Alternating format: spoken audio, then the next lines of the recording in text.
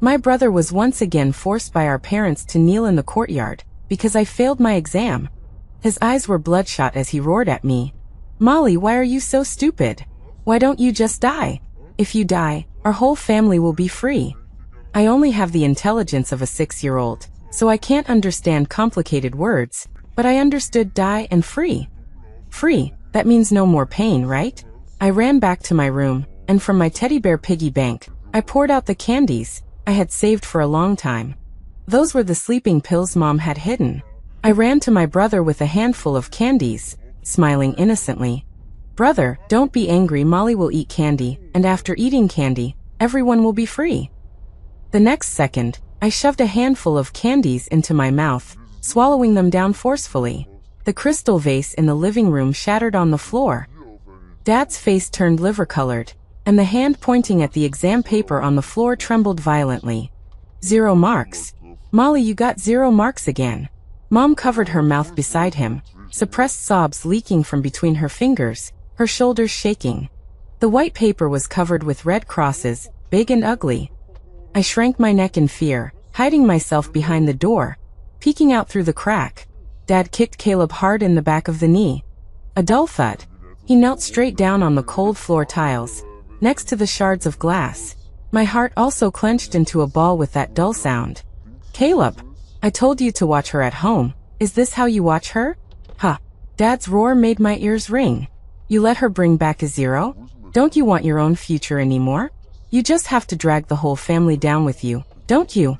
My brother hung his head, the broken hair on his forehead obscuring his face, and I couldn't see his expression, but I knew he was angry again.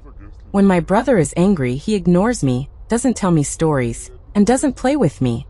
He pretends I don't exist. I took a white rabbit candy out of my pocket. It was my favorite. I had been hiding it for a long time, and even the wrapper was almost softened by my squeezing. I couldn't bear to eat it. I tiptoed, carefully avoiding the glass shards on the floor, and walked to my brother. "Brother, have some candy." I brought the precious candy to his lips, the milky aroma sweet. "If you eat candy, you won't be sad." My brother suddenly raised his head, his red eyes seeming to burn with 2 balls of fire. He slapped my hand away. It was a heavy blow, and the back of my hand burned with pain. The candy flew out, drawing a white arc, and rolled into the dusty corner. "Get lost." I was so scared by him that I stumbled backwards, accidentally bumping into the chair behind me, and falling on my butt. My butt hurt. But I didn't dare to cry. If I cried, Mom and Dad would be even more annoyed, and my brother would hate me even more. Dad's anger turned to me as expected. "All you know how to do is cry. What else can you do besides cry? You idiot." Mom rushed over crying and hugged me, her arms trembling. "Why are you yelling at the child? Molly, she didn't do it on purpose." "I don't care if she did it on purpose or not. Caleb, you go kneel in the courtyard. If you don't reflect properly, don't even think about eating dinner today." My brother stood up without saying a word, his back as straight as a stick, and walked out of the living room step by step. In the courtyard it had started to rain sometime, the cold rain falling fine and dense. I watched my brother's back kneeling in the rain, and soon his clothes were wet, clinging tightly to his body. My heart felt so uncomfortable, like something was blocking it, making it hard to breathe. It's all my fault. If I could be a little smarter, my brother wouldn't have to be scolded and punished. I broke free from Mom's arms and chased after him. "Brother!" The cold rain hit my face, and I tugged at his wet hem. He shook me off violently, turned around, and looked at me with a look I had never seen before. A look that had something I didn't understand, like hatred. "Molly, why are you so stupid? Why don't you just die? If you die, our whole family will be free." Each word was like a small hammer, hitting my heart again and again. I was stunned. Free. Free, that means no more pain, right?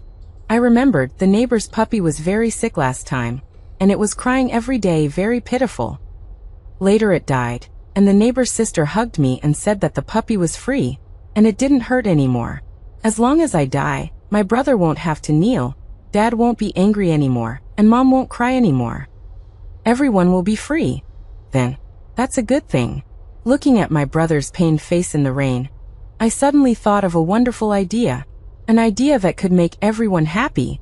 I ran back to my little room. The walls were covered with pictures my brother had drawn for me. There were rabbits eating carrots, and me wearing a princess dress. That was my castle, and I was the little princess inside. I stepped on the little stool with the missing corner, tiptoed, and shakily took my teddy bear piggy bank from the top of the wardrobe.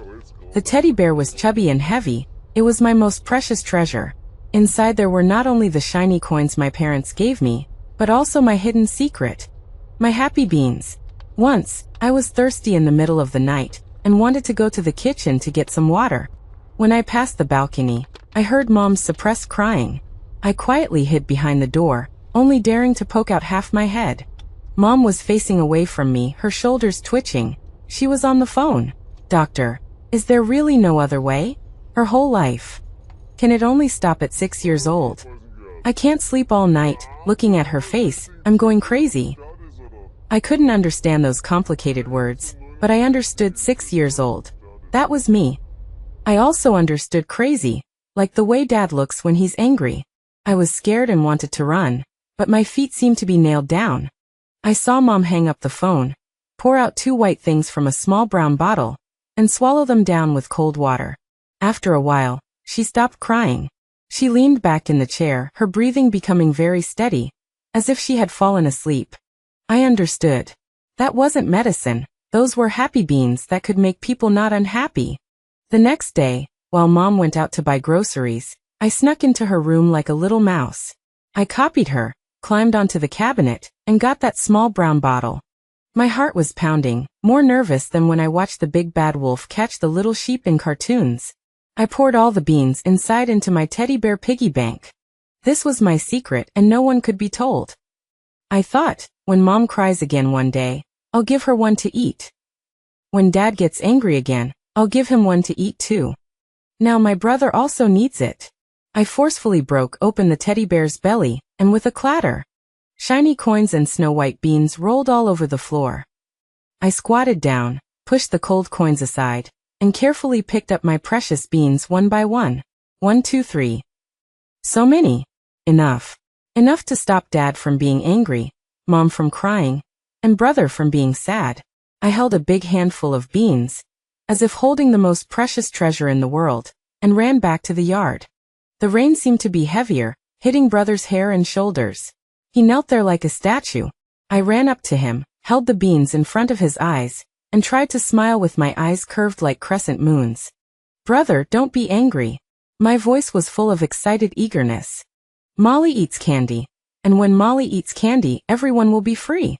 As soon as I finished speaking, without waiting for any reaction from him, I grabbed a large handful of beans and stuffed them all into my mouth. Bitter. So bitter. Not sweet at all. My little face instantly contorted.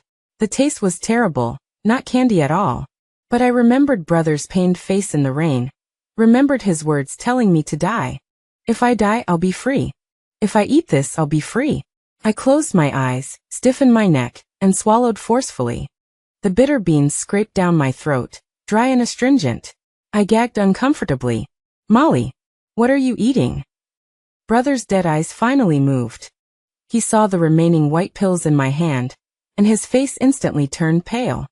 He suddenly jumped up from the ground, like a crazed beast, and lunged at me. Spit it out. Molly, you fucking spit it out. The candy wasn't sweet at all. Bitter and astringent, like chewing on a mouthful of chalk dust. I swallowed hard, my small throat choked by the handfuls of beans, and tears welled up. But I didn't dare to spit it out. This was something good that could bring freedom to everyone. If I spat it out, it would be useless. The expression on brother's face, the one that said nothing in the world mattered, shattered the moment I swallowed the beans. The next second, a kind of fear I had never seen before crawled onto his face. Molly! He jumped up from the mud like a cat whose tail had been stepped on and rushed towards me like a madman. Spit it out. Spit it out quickly. His voice trembled violently, completely out of tune, sharp and unpleasant. He roughly pried open my mouth and stuck 2 fingers inside, digging and scooping. His fingernails scratched my lips, it hurt so much. A metallic taste instantly spread in my mouth, mixed with the bitterness of the beans, making it even more disgusting. I shook my head desperately, clamping my mouth shut, and forced the remaining pills, mixed with blood, down my throat. I can't spit it out. If I spit it out, brother will still have to kneel in the rain, still have to be sad. I was just kidding. Spit it out. Molly.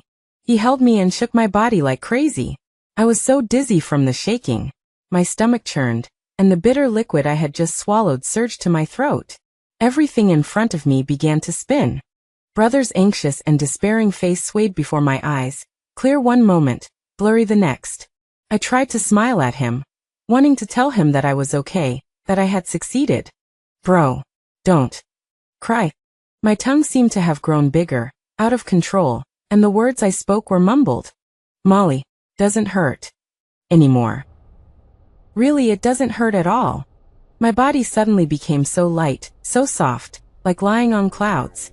Finally, brother's face, smeared with rain and tears, shattered into many pieces before my eyes with a pop. My world went black. I seemed to have a very long dream. In the dream, I had no wings, but I flew so high, so high. When I opened my eyes again, I found myself floating in midair in the yard. I looked down and saw everything below. Brother was holding my limp body, kneeling rigidly in the muddy water.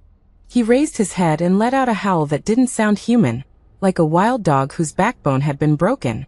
The sound pierced through the rain, and through my transparent body. The living room door was thrown open. Dad and Mom rushed out. When they saw me, motionless in brother's arms, the whole yard seemed to be paused. Mom's eyes widened as big as copper bells, and the color drained from her face at a visible speed.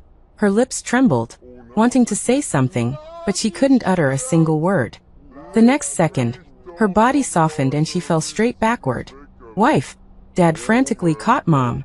He looked at me, then stared at brother, his whole body shaking. What? What happened? Caleb, what's wrong with Molly? Brother didn't answer. He just held me, using his face, which was covered in mud and water, to rub my cold cheeks over and over again. Molly, wake up. I was wrong. I was really wrong. The rain fell harder and harder, as if to wash him away. I floated in the air, feeling a little anxious. I wanted to tell them that I was here, that I hadn't disappeared. I'm free, you should be free too. But why do you look 100 times more painful than before? The siren of an ambulance cut through the rainy night. I followed the blinding light and floated to the hospital. The hallway was deathly silent. Only the red light above the operating room door, like an ominous eye, stared fixedly at everyone. Dad supported the limp Mom, sitting on a bench, his head buried in his hands, his shoulders trembling violently. Brother stood in front of the operating room door, like a weathered stone statue. His clothes were soaked through, clinging to his body, and the water droplets on his hair dripped down his cheeks, indistinguishable from rain or tears. His eyes stared unblinkingly at the closed door. Time passed second by second, each second as long as a century. Finally, the door opened. A doctor in a white coat walked out, wearily taking off his mask. Dad and brother immediately rushed up. Doctor, how is my daughter? Doctor, save her. Please save her. The doctor's gaze swept across their anxious faces, and finally, he shook his head heavily. We did everything we could. The patient was brought in too late, the dosage was too large, she already. The words were like a thunderclap, striking everyone's heads. Mom let out a shrill scream, broke free from Dad's embrace, and rushed toward the doctor. You're lying. You're lying. My Molly won't die. She's only 8 years old. Dad hugged the emotionally distraught Mom tightly, tears flowing silently.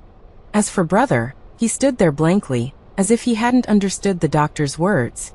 A few seconds later, he suddenly went crazy, grabbing the doctor's collar. Say that again. What do you mean did your best? You're doctors. You have to save her. His strength was astonishing, and the doctor was almost unable to breathe from being strangled. If you can't save her, I'll kill you. I'll kill all of you. 2 security guards rushed over and pulled him away together. He was pinned against the wall, still struggling and roaring frantically. Let me go. I have to save Molly. Molly. His roar echoed in the empty corridor, filled with despair and madness. I floated over, watching his face turn red from lack of oxygen, watching the blood vessels burst in his eyes. I wanted to tell him, brother, don't do this. Molly doesn't hurt anymore. But he couldn't hear my voice anymore. Finally, as if he had exhausted all his strength, he slid down the wall and sat on the ground. He hugged his head and let out a beast-like sob. It's me. I killed her. I'm the one who deserves to die. The lights in the corridor were a ghastly white, illuminating his huddled body, like a piece of discarded trash. My funeral was simple. The house wasn't decorated with a mourning hall, because Mom said she didn't believe I was dead. She just fell asleep and would wake up soon. My room was clean, spotless, as if I had just gone to school and would be back soon. Only a black and white photo of me hung on the wall in the living room. In the photo, I was wearing a pink princess dress, grinning foolishly, revealing my 2 little canine teeth. Brother knelt in front of the photo. He hadn't said a word or eaten a bite of food for 3 days. He just knelt there rigidly, his back like a javelin. Dad walked over and placed a bowl of porridge in front of him. Get up and eat something. Dad's voice was terribly hoarse, as if it had been rubbed with sandpaper. Brother didn't move, his eyes staring blankly at my photo. I told you to get up. Dad suddenly exploded, kicking over the bowl of porridge. The scalding porridge spilled on Brother's hand, and his hand immediately turned red. But he didn't seem to feel any pain, still motionless. Who are you kneeling here for? Do you think that Molly? Do you think she can come back to life like this? Dad roared, but tears fell first. You killed your sister. Are you only satisfied when you completely destroy this family? Mom rushed out of the room. She was like a madwoman, grabbing Dad's arm and hitting and biting him. Shut up. Don't you say that about Caleb. Molly isn't dead. She isn't dead. Get a grip. Dad grabbed Mom's shoulders and shook her violently. She's already dead. Forced to death by your son's words. No. Mom screamed, covering her ears. It's not Caleb's fault. It's not. The living room was a mess. Dad's roar, Mom's screams, and Brother's deathly silence. I floated among them, watching this family fall apart because of my departure. My heart, if I still had a heart, must be aching to pieces. Brother finally moved. He raised his hand and slapped himself hard across the face. A crisp smack sound. All the sounds stopped. Mom and Dad were stunned. Brother didn't seem to feel anything, and slapped himself again. He went at it one after another, with all his strength, hitting both sides of his face. Soon, his face was red and swollen, and blood seeped from the corners of his mouth. He muttered to himself. I killed Molly. I deserve to die. I'm the idiot. I floated in front of him, wanting to hug him, to tell him it wasn't his fault. But my hand once again passed right through his body. He shivered for no reason because of my approach. I shouted anxiously, Brother, don't cry. Molly doesn't blame you. Really doesn't blame you. But no one could hear. He just raised his bloodshot eyes, looked desperately at my photo, and then slammed his head heavily on the cold floor. A thud sounded, as if he wanted to shatter his soul along with it. From that day on, Brother locked himself in my room. That room, which used to be covered with the paintings he had drawn for me and filled with my laughter, was now a tomb. He held my teddy bear in his arms, which he bought for me last year for my birthday with the allowance he had saved for a long time. He sat alone in the empty room, not speaking, not turning on the lights. He just sat there, from day to night. Mom would put food at the door every day. Caleb, come out and eat something. Mom is begging you. If you keep going like this, your body will collapse. Do you want Mom to lose you too? There was no response from inside the door. The next day, the food was still there, untouched, completely cold. Dad tried to open the door with a spare key, but the door was locked from the inside. He roared angrily outside the door. Caleb, get out here. You coward. Do you think things will pass if you hide inside and act like a tortoise? I'm telling you, you'll never get over it in this lifetime. You owe Molly, you'll never be able to repay it in this lifetime. Dad's words were like knives, stabbing into Brother's heart, and also stabbing into my heart. I knew that Dad didn't really hate Brother. He was just in too much pain. So much pain that he could only use this way to vent. One night, I saw Brother take out a small plastic bag from under my pillow. Inside were a few white pills. Those were the ones he had pried out of my mouth that day, which were later taken away by the police as evidence, and then returned. My candies. He poured those candies into his palm and looked at them quietly. His eyes were terrifyingly empty. My body, my ethereal soul, tensed up instantly. No, brother. No. I rushed towards him like crazy, trying to knock the pills out of his hand. But I passed through his body again and again, unable to do anything. I could only watch helplessly as he slowly reached his hand towards his mouth. Right then a loud bang resonated. Dad had split open the door with an axe. Amidst the flying splinters, Dad rushed in, knocking the medicine out of older brother's hand. The few white pills rolled across the carpet, like shattered teardrops. You want to die too? Dad's chest rose and fell violently, his eyes bloodshot red, like a lion cornered in desperation. Do you want your mom and me to come and clean up after the two of you? Older brother seemed to have been drained of all strength, collapsing to the ground. He finally cried. No longer silent tears, but a wail like a child, crying his heart out. Dad, I can't take it anymore. He clutched at his hair, roaring in agony. Every time I close my eyes, I see Molly. I see her telling me, brother, eat the candy, and everyone will be free. The way she looked. I can't forget it. I can't forget it for the rest of my life. Dad looked at him, the anger in his eyes slowly fading, leaving only endless sorrow and fatigue. He didn't help him up, nor did he comfort him. He just stood there, saying in an almost cruelly calm tone, if you can't forget it, then remember it. Caleb, this is your punishment. You will carry it for the rest of your life. Mom began to sort out my belongings. She folded my clothes one by one, placing them in the box. She wiped my toys one by one, arranging them on the shelf. She didn't cry nor did she speak, like a robot programmed to do so. While cleaning my little school bag, she found the zero-score test paper. She held the test paper, looking at it for a long time. Then, she pulled out a drawing from behind the test paper. It was drawn by me. In the drawing, there was Dad, there was Mom, there was me. I also drew older brother in a Superman suit, and above his head, I drew a huge golden glittering sun. Under the drawing, I wrote in wobbly letters, Brother, my hero.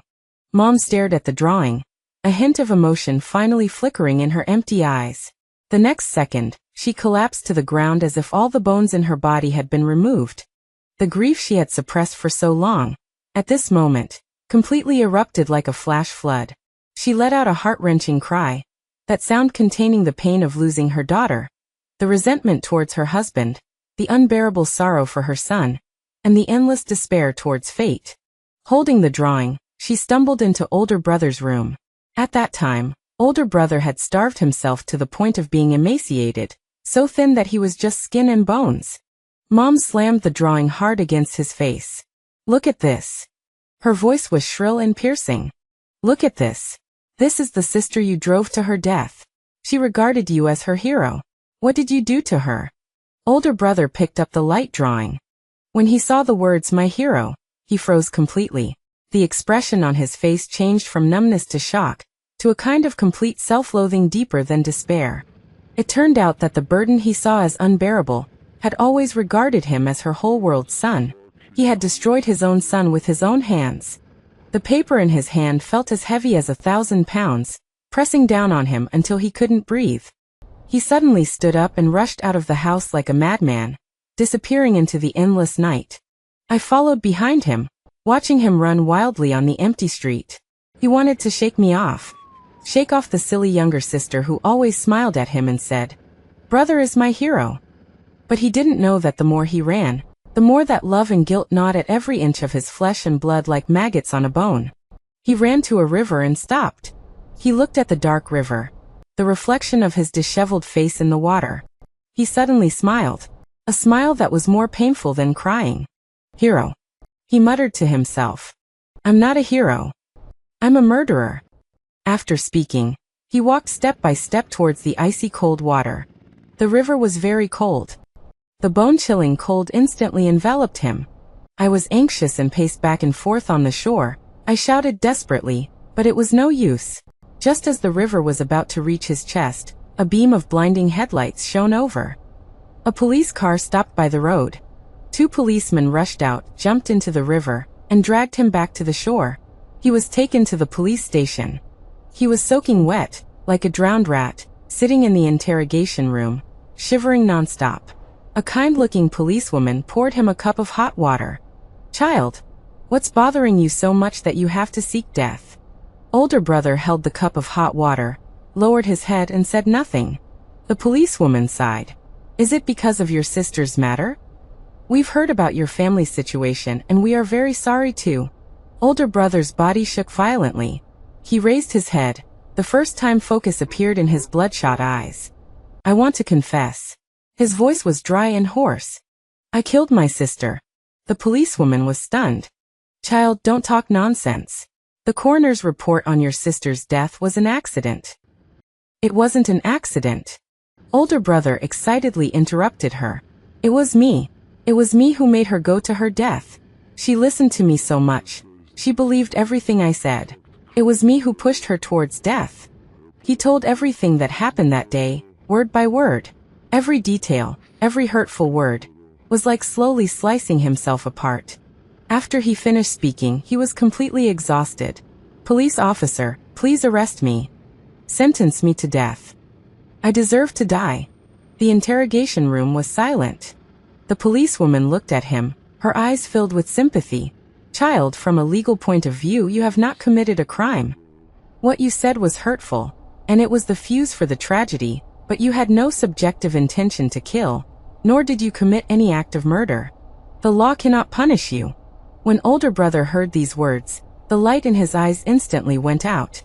He laughed softly, as if he had heard a great joke. "Can't punish.